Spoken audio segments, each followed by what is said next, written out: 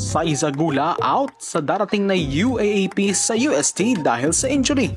IV plano palang mag-retire sa F2 Logistics. Liliba ng University of San Tomas ang serbisyo ng isa pang wing spiker nila na si Saizagula para sa buong UAAP Season 87 Women's Volleyball Tournament.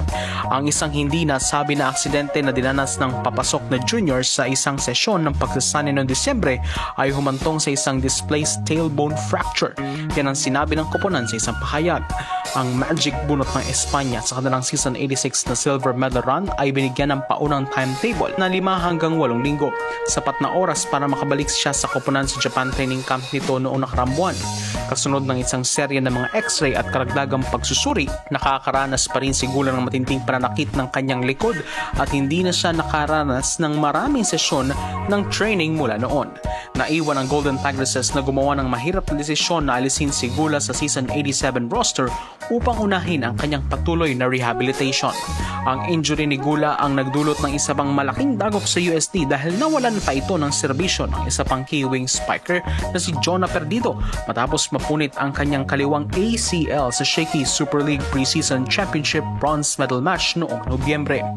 Malaking bahagi ng scoring load ang nasa kamay ni Angge Poyos, ang reigning UAAP Rookie of the Year at naungunang scorer ng UST noong nakarang season bago ang title redemption bid ng team sa Season 87 simula Pebraryo 15 matapos ang pagkawala ng dalawa pa nilang bright stars.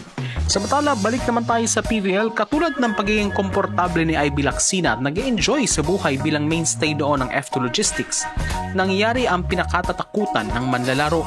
Parang kidlat mula kung saan biglang inanunsyo ng management na disband na nga ang naturang team.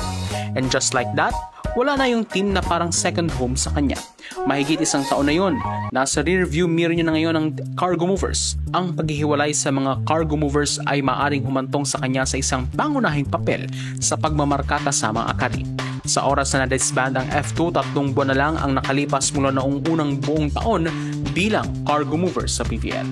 Yun ang pinakabiggest heartbreak ko nung na-disband yung F2. Yung mga ates ko, andun talaga sila, yung mga ideal teammates. Nag-look forward ako na dun na rin ako magre-retire kasi kahit nung bago pa lang ako kasi parang sila na yung best teammates. Ganun talaga, pero yun pa rin siguro yung pinakamasakit sa akin.